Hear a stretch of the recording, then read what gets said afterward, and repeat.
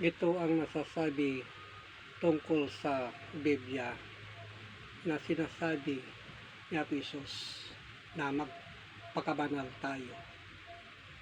Kaya ito ang nakasulat sa unang Pedro 1:16 na sinasabi niya, sapagkat nakasulat kayo'y magkapabanal, sapagkat ako'y banal. Kaya huwag tayong magsalita ng mamasama na sinasabi niya para tayo'y magpakabanal. Yan ang sinasabi niya. At sa Episo 4:31, ang lahat ng kapaitan at kagalitan at pagkakaakit at kadaldalan ay at panglilibak ay maalis nawa sa inyo, pati ng lahat ng masamang akala. Kaya yan ang katibayan na tanggalin natin yung mga panglilibak at sama-samang salita. Kaya ito, lahat ng ito ang sinasabi ni Jesucristo noon na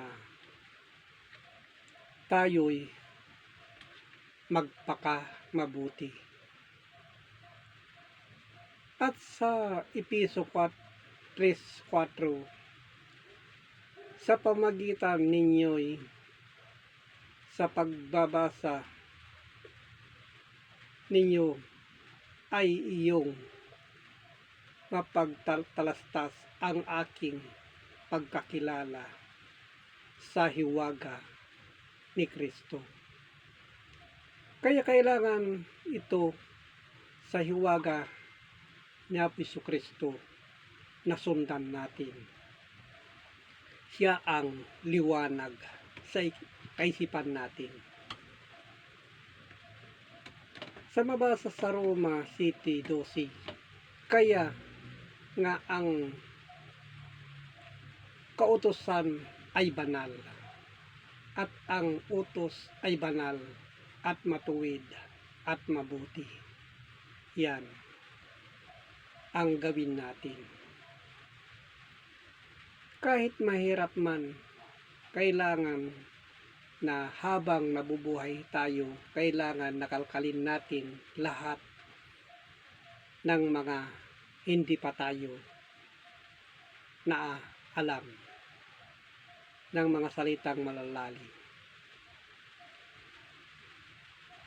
Sa unang Timoteo 4:11, ang mga bagay na ito iyong iutos at ituro. Kaya ito, kailangan na ituro natin ang utos ng Panginoon.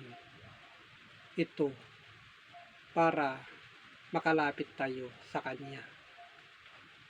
At salamat, lahat ng mga nakasulat ay kailangan na tayo'y pag-aralan.